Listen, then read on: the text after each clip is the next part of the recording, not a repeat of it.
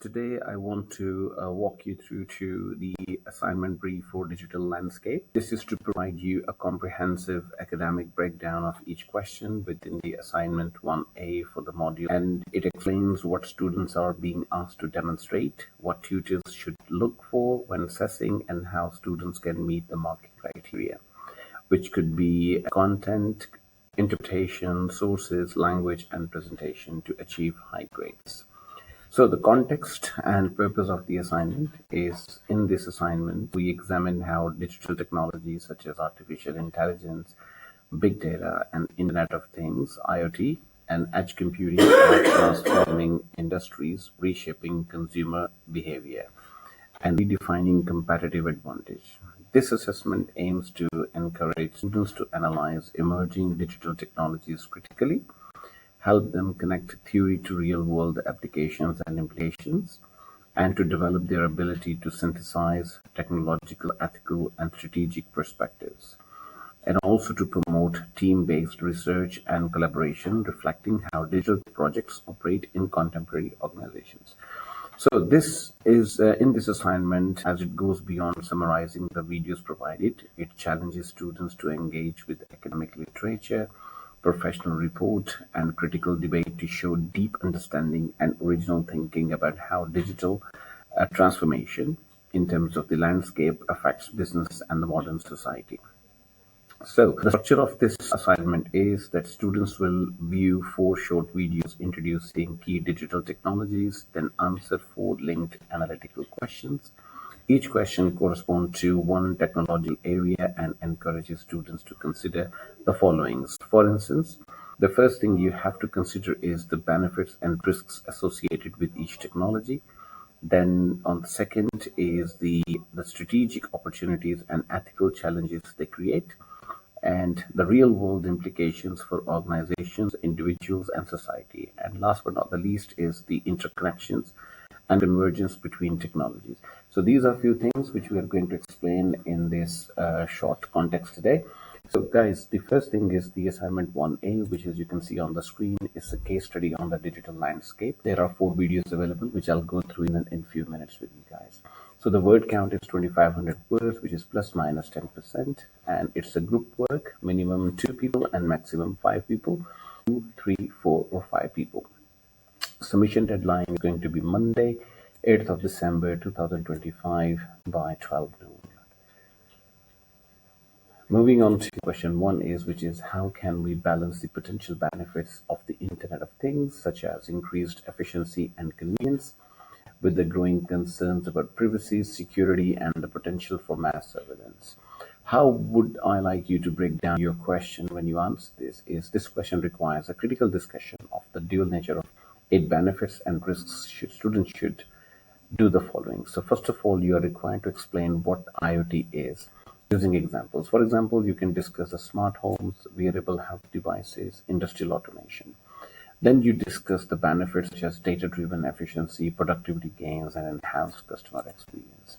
And then you have to analyze risks, which could include cybersecurity threats, hacking, loss of personal data, and ethical issues around surveillance.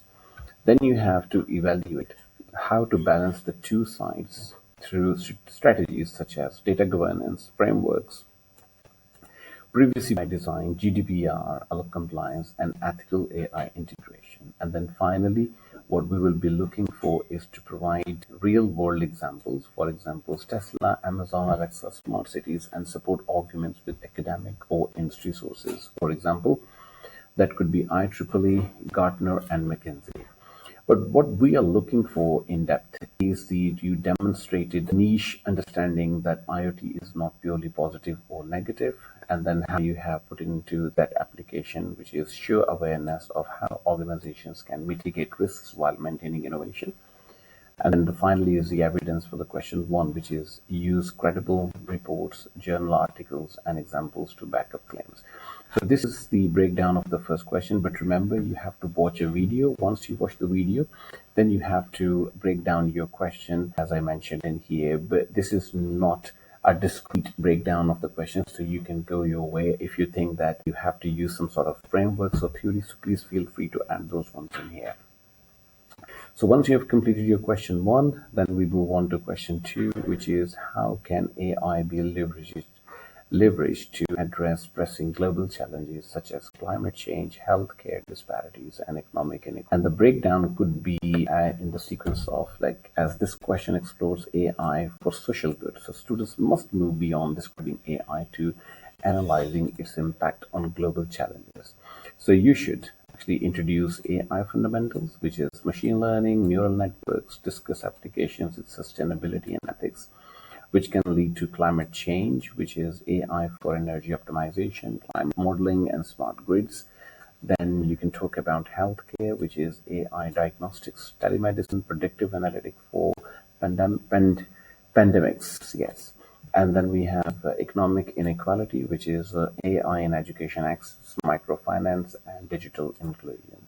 Then you have to address challenges in terms of ethical dilemmas such as algorithm bias, digital divide, and job displacement. Finally, you have to highlight international efforts, for example, UN AI for Good, WHO AI ethics framework. But what we are looking into your work would be a balanced argument showing both potential and limitations, which could be a use of case studies, DeepMind's AI for healthcare, IBM Watson for environment, reflection on sustainability and equity, not just technology. Then you have to use of frameworks such as the UN Sustainable Development Goals. So these are a few points which you need to remember when you're answering your second question. Again, you're required to watch a video for question two. Once you have watched that video, then you have to answer the second question, which is the how can AI be leveraged to address pressing global challenges. So to answer these challenges, I have broken it down the few steps which you can actually consider when you do that, when you do answer your questions. But remember, you can add your own headings, you can add your own subheadings, and you can actually go the way you feel like you need to answer the question. But this is just a structure, as a guided structure, which you can utilize for your assessment. Then we move on to question number three, which is how can organizations harness the power of big data analytics to drive innovation, improve decision making, and create sustainable competitive advantages in today's rapidly evolving business landscape? This question is quite tricky because this question has got, if you just broke it down into different sections, chunks, you can see that first of all, it is about harnessing the power of big data analytics. So they're talking about big data analytics, and how that analytics drive innovation. So this is quite a key part of the question. And then both of these things, how, so first of all is the big data analytics, how it drives innovation, and then that innovation, how that helps improving decision making. So to create a sustainable competitive advantage. So looking at this question, there are four smaller sections which you have to answer. Which one is the big data analytics, driving innovation, and then improve decision making, and then finally the fourth part chunk could be the create sustainable competitive advantage.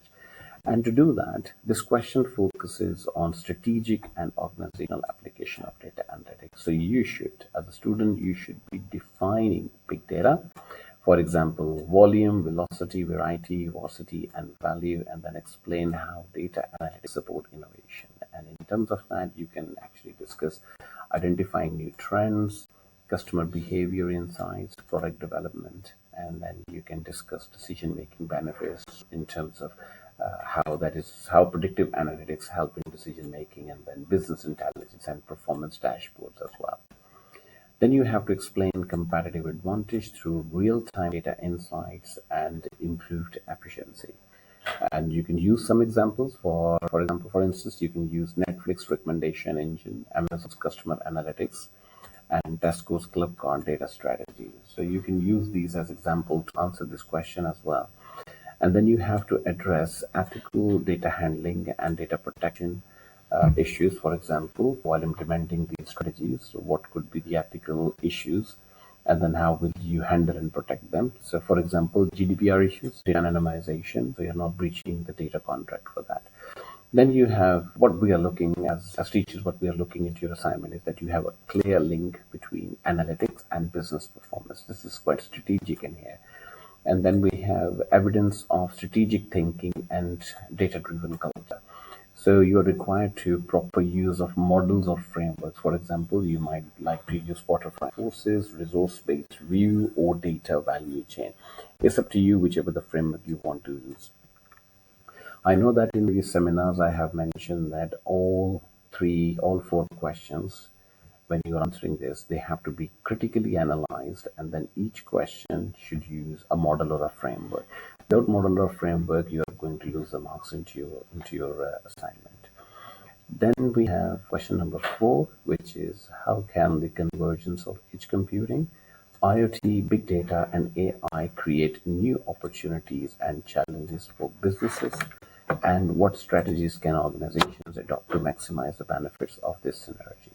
Again, you have to divide that question into smaller chunks. For instance, we're talking about the edge computing, then to talk about IoT, big data. So these three massive technologies are being used, and how these help AI to create new opportunities and challenges for businesses. And what strategies can organizations adopt to maximize? We are going to look into various aspects during this question. So this is a synthesis question, integrating multiple technologies into a single strategic discussion, as I mentioned earlier. So you, as a student, should be able to break it down into following chunks. For instance, as a first, you are going to explain what edge computing is and how it relates to IoT, big data, and AI. Then you discuss the synergistic potential. For example, you talk about reduced latency, real-time processing, faster insights, and decentralized intelligence. Then you have to identify new opportunities. For example, smart manufacturing, autonomous vehicles, personalized retail. And then you highlight challenges, integration complexity, infrastructure costs, interoperability, cybersecurity, and workforce upskilling. So the suggested strategies, which I think that you should be thinking about when you're answering this question, is the cloud edge hybrid architecture, data governance and interoperability frameworks, AI ethics policies, and then you talk about continuous innovation and staff training. That is probably one of the key points in this question. So what we are looking for you to do in this question is that you have successful ability to synthesize and connect multiple digital technologies, forward-looking insight on future business models, and then you have examples from industry leaders, for example, Siemens, Microsoft Azure, Edge, Google Cloud, AI, and then finally, we will be looking in your answers that you have got the strategic recommendations that are realistic and evidence-based. So all of these four questions have been explained and been broken down into smaller chunks for you to actually consider and when you're answering the questions. But again, all of these questions need to be critically analyzed. You can actually split the 2,500 words into four questions, which could be nearly 625 words for each question. Each question should have model or framework utilized so you can discuss your video and your research alongside your model and framework. Okay, so how and what marks you will be given to as per your assessment brief. So this is a bit of a criteria given. Well, you can check that in your final assessment brief as well. For instance, your marking criteria on this section is that if the content is 40%, interpretation is 25%, sources 15%, language 10%, and then presentation is 10%. So what we look for when we talk about the content for 40%, we look at the depth, relevance, and understanding of each topic. Similarly, when we talk about the guidance to you guys is avoid surface level descriptions, show real insights, and analyze with example. This is quite tricky point in here because that is the major chunk of the marks is for the content. So remember, it shouldn't be a surface level discussion. Instead of, it has to be real and analytical. In terms of interpretation for 25%, which is the second highest chunk for marks, is the original thinking, critical engagement, and synthesis. For example, you are required to demonstrate independent thought. Don't just repeat the videos, apply ideas critically. Then the third thing is the sources, which you need to check with and that you have used range and quality of references. Proper Harvard referencing is utilized. So use at least 5 high quality references. Industry plus academic, could be journal, could be conference paper. That's for each of the questions you need to have 5 references. So altogether, what I was really expecting is a 20 references minimum. and they should be from the last 10 years, not older than that. Then we have a language, which is 10%. So your language is clear, grammatical, logical flow. So you write in an academic but accessible style. Avoid jargon, avoid explanation. And then you have presentation, which is the 10% part of the overall assessment, in which we'll look into your structure, headings, visuals, and word count compliance. And then we have use clear section headings per question, consistent formatting, and visuals if relevant. So this is the explanation of your questions as well as how that will be marked. Then we have the assigned 1B, which is a peer review and personal reflection of 600 words.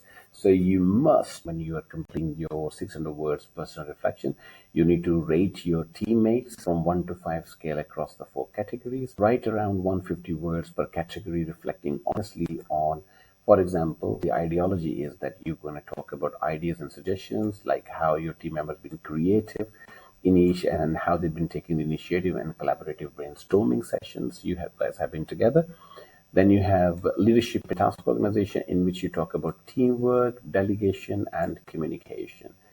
Then you have information collection and collation, in which you talk about research efforts, critical analysis.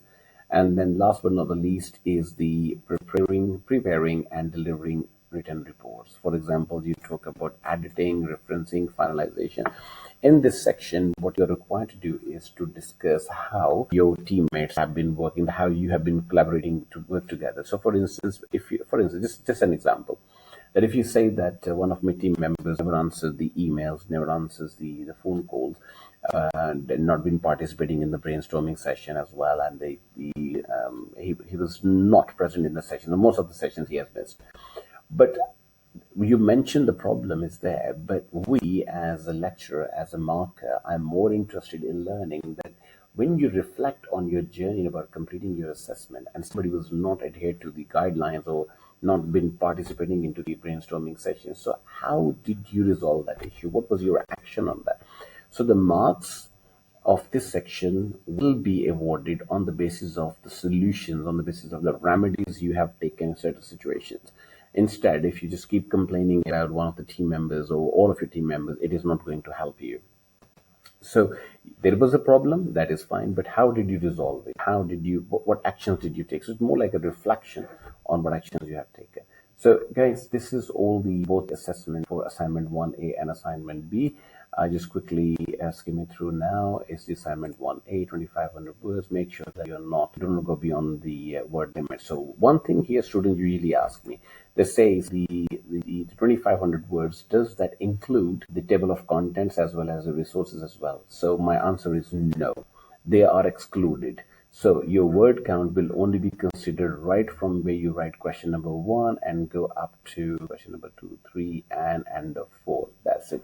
And then the references and the table of contents are excluded to this word count. So I hope that this explanation is helpful, and it is going to be providing you the breakdown of each questions. But again, if you got any questions and you're not unsure about something, please feel free to bring your queries to me during the seminar sessions, and I'm more than happy to answer those ones. So once again, thank you very much, and I'll see you soon during the seminars. Take care.